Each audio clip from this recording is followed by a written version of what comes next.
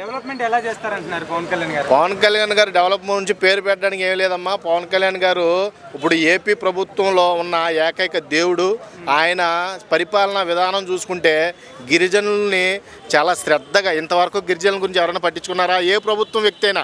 YSRCP leaders అంతమంది ఉన్నారు కుక్కల్లాగా. నేను చెప్తున్నాను డైరెక్ట్గా, ఏనాడైనా పట్టించుకున్నారా? ఏనాడైనా కనీసం ఇలాగా గిరిజనులు గ్రామాలకు వెళ్ళి తిరిగారా?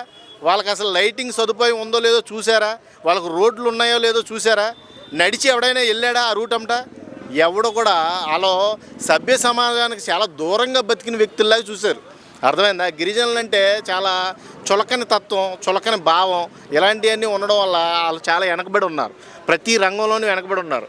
వాళ్ళని ఏమైనా సరే పైకి తీసుకురావాలనే సంకల్పంతో వాళ్ళకు కూడా వాళ్ళ ఓట్లు ఒకటైనా మనకు కావాల్సింది, వాళ్ళ అవసరాలు మనం పట్టించుకోమా అన్నట్టుగా ఏకైక నడుం కట్టి ఈ రోజున వాళ్ళ ముందుకెళ్ళి వాళ్ళ ప్రతి అవసరాన్ని తీర్చడానికి వాళ్ళతోనే తింటూ, వాళ్ళతోనే నడుస్తూ, వాళ్ళ బాధలన్నీ తెలుసుకొని వాళ్ళ బాధలను సవరించడానికి ఈరోజు పవన్ కళ్యాణ్ ముందడుగు వేస్తున్నాడంటే చాలా గ్రేట్ డిప్యూటీ సీఎం అని నేను ఇప్పటి వరకు ఎవరిని కూడా పొగడలేదు.